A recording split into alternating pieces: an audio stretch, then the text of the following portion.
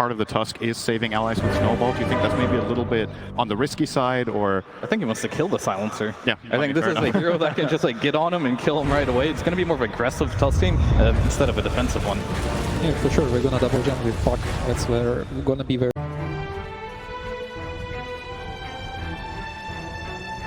Тише, мальчик. Тише, мальчик.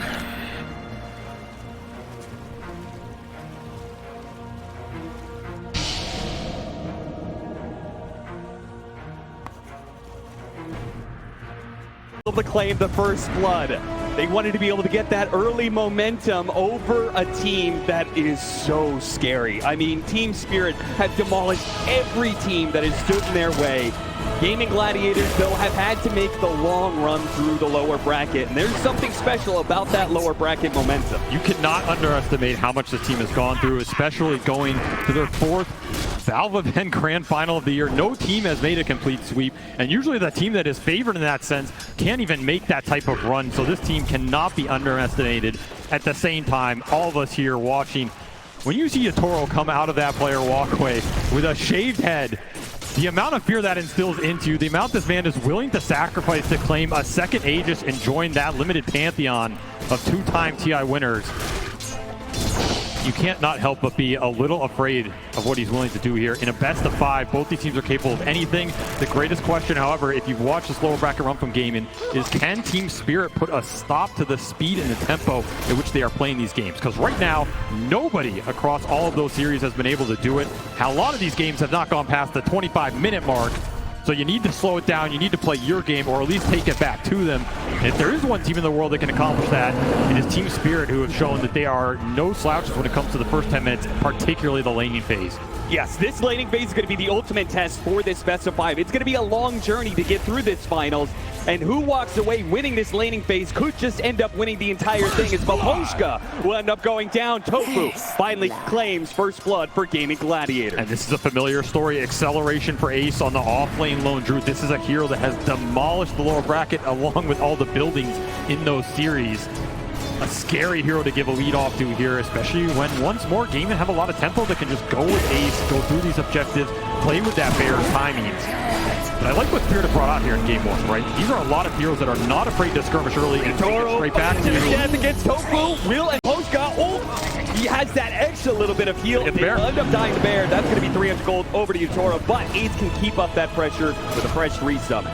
Big turnaround for Yataro, honestly. This lane was looking a little grim if you get Ace.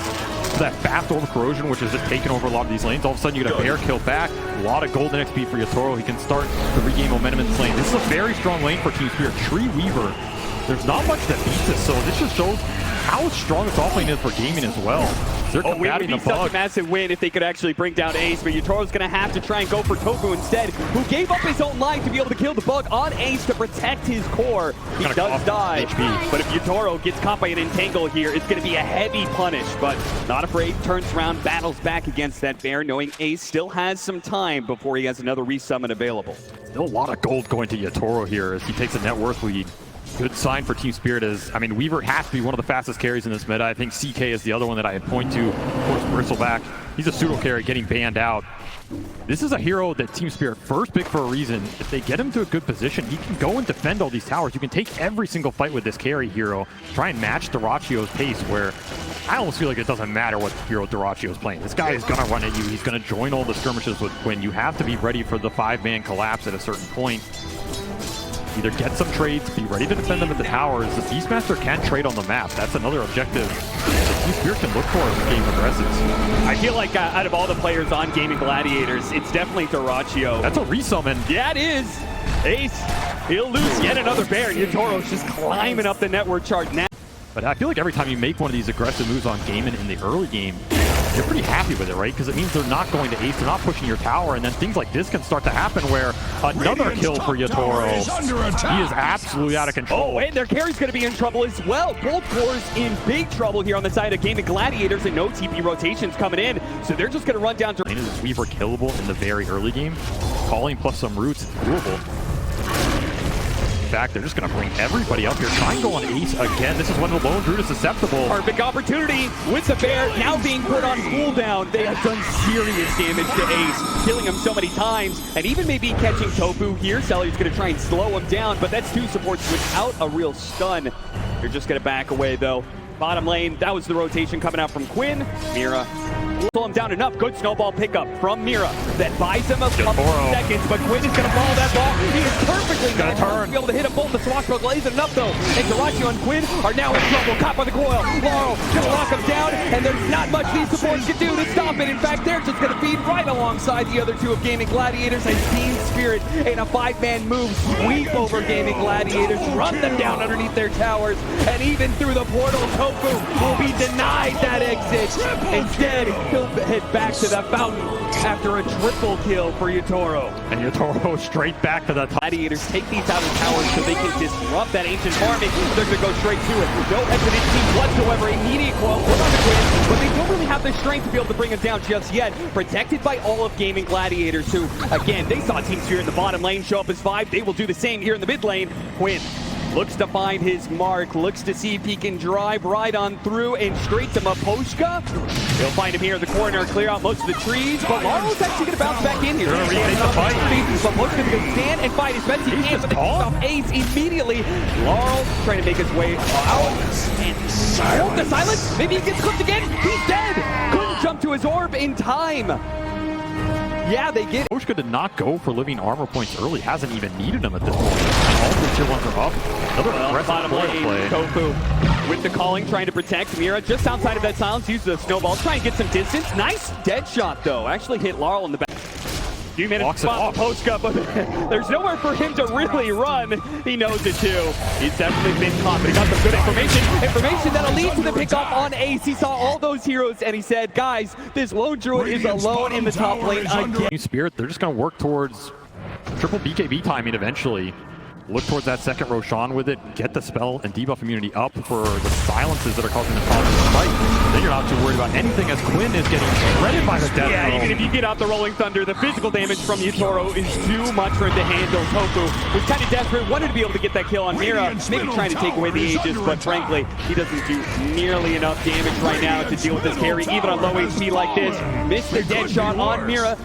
Needs to sidestep that one, and they'll die Tofu pretty easily. Yataro does manage to get off the timeline server so barely. Meanwhile, Celery's picked off in mid. Team Spirit, they are absolutely outplaying Gaming Gladiators right now on the map. It's another objective taken. 21-minute Wisdom Rune coming up. Tormentor and objects as well. Silence already going out. They're trying to lock down the sweeper, trying to stop him from killing anybody. It gets off the time lapse though. Or just a little bit of resources out of Gaming Gladiators. Just throwing the damage around. Laurel looking at that back line. You got to be careful of giving Darachi these good black targets up front, as they're going to trade a bunch of the Bears' HP. They're still looking for Maposhka over here. They don't have the detection to catch him out. Something is going wrong with the detection on this tree, and for sure, he's just getting way too much information, way too deep right now. Team Spirit will play it safe, play it slow. Aegis out in 50 seconds, so you have to think about the timer here. Look at that first damage. Quinn caught by the coil and instantly killed by Yataro. And you can feel it. Yataro seeing an opportunity. They're going to be able to cut down Celery. And now he goes to the kill. The Aegis does expire, but the rest of the team provides the second life comes back up. He's going to shred through Ace. Looks over to Tofu next. Now, last left, perhaps Darachi trying to run him down. Darachi doing as best he can, but up against 3 different cores, he can't actually fight back. He has to run away. Oh, missing out on the dead shot. Yataro is unstoppable. He's just diving his base like it's nothing. You just think about it again. 30 HP is the only thing that'll save you from this man right now. Out the moves from Gaiman. Gives him all the setup in the world. This is deadly, man. The cores from Spirit are converging on top lane. Look at Maposhka, man. He doesn't care if he gets caught. As long as he gets information for his team, he knows all 5 heroes of Gaming Gladiators are up here. So Team Spirit are going to slowly approach. They're going to group up together and take this fight. Yataro just time-lapse to the fountain and back to get his BKB. He will not have time-lapse for this fight. He says, I don't need it. Overbroken with the 3-man coil. It's going to get beautiful. Yataro's right in there with his fresh BKB. Delay the damage of these cores. Once again, Ace has no chance with the bear, and of course the Beastmaster's gonna lock down that ball. You're not going anywhere, Quinn. They're gonna catch more. Tofu's gonna be the last one down. Darachi only survives because of his TP. everything coming together. Triple BKB instantly revealed all together on the exact fight Miposhka sets up. It's just beautiful. Once by this Weaver, I think you're gone on the supports. And that's a huge problem for Duraccio as well, because he doesn't have that Satanic build-up yet. So he doesn't have the sustain to be able to stand toe-to-toe against the Weaver for too long, Ace. I don't know if you know what's coming for you right now, but you're not going to like it. It's going to be a shot to the back of the head. I... Blown away by Yataro, and they catch Quinn in the mid lane. They don't need Yataro to make this kind of play. Laurel activates his BKB to catch the opposing mid laner, and with 2 dead, a double damage activated. Team Spirit all but just waiting for the creep wave to catch up with them. Well, that's one way to break the high ground. Just one-shot an enemy off-lane carry hero, and force it with a double damage here. Yataro has AC aura behind him now as well, so that Deso plus the Swarm plus the AC is just going to amp this physical through the roof right now, which makes this high ground siege a lot more tempting. Here goes the jump. BKB immediately activated by Duraccio, but there's that physical damage. Duraccio, he can't actually stand up against Yataro and has to back away to the back of Yataro. Yeah, he's just going to go for it. He got it! Oh, no way! The final bit of damage required. Yataro can claim it. Yataro, boss. This man knows no fear, no limits right now. He's just taking your base at 30 minutes. A position gaming is used to putting their opponents in. The news has been full taught here as Team Spirit have just given them nothing of the map, it feels like, for 15-20 minutes. Ace can't even escape the tier 3s right now. You have to take a high ground defense without your carry. Watch another lane disappear. Yeah, I don't see how they stop this without Duraccio. I mean, I think Mira can also jump if he really wants to just force the issue. Yeah. This Tuskar is hella tanky right now. Gossamer Cave Drum, happy to start the engagement, particularly if you find a good core target. He got feared on the jump. That was incredibly impressive, actually, but it will not yield them the fight. X marks the spot. That is so much burst damage. When he's got the enchanted quiver on top of that. This is an insane, like, single hit, right? It doesn't take much. He just Sakuchi's in, hits you instantly, can start to run away. You're just getting chunked. This is the strength of Weaver right now. 15-2 for Yataro. Here, looking for his opening. Gaming Gladiators, it seems pretty clear. They can't take an honest fight against Team Spirit anymore. They're going to have to play around the fountain here. As the jump forward, the green foil is slowly taking him out. Tofu does manage to live for now. Gets back to the fountain with Team Spirit. They still have more opportunities to come. The Aegis is going to expire, so Gaming Gladiators managed to weather that storm, and it's possible that Team Spirit may decide that that's just the wait for a third Roshan before they end it. Yataro's happy to give the Aegis up. It'll free up another slot for him at the rate he's going. Yeah, seriously. He just wants more damage, more survivability. Everything is great for him right now. The scary part is you can still work towards a Tuskags in this game. I mean, Mira's quite farmed. Oh, yeah. You're talking about a high ground break mechanism. They really get in the stalemate and need it. He's going to kick someone out, and Yatoro's going straight into them. BKB turns around. Oh, man, that damage is just building up so quickly. Quinn's got it in an instant. So is the Bear. Duraccio battling up against Laurel, but the big bad boss of the fight is definitely Yataro. And once he turns his eye on a hero, it disappears.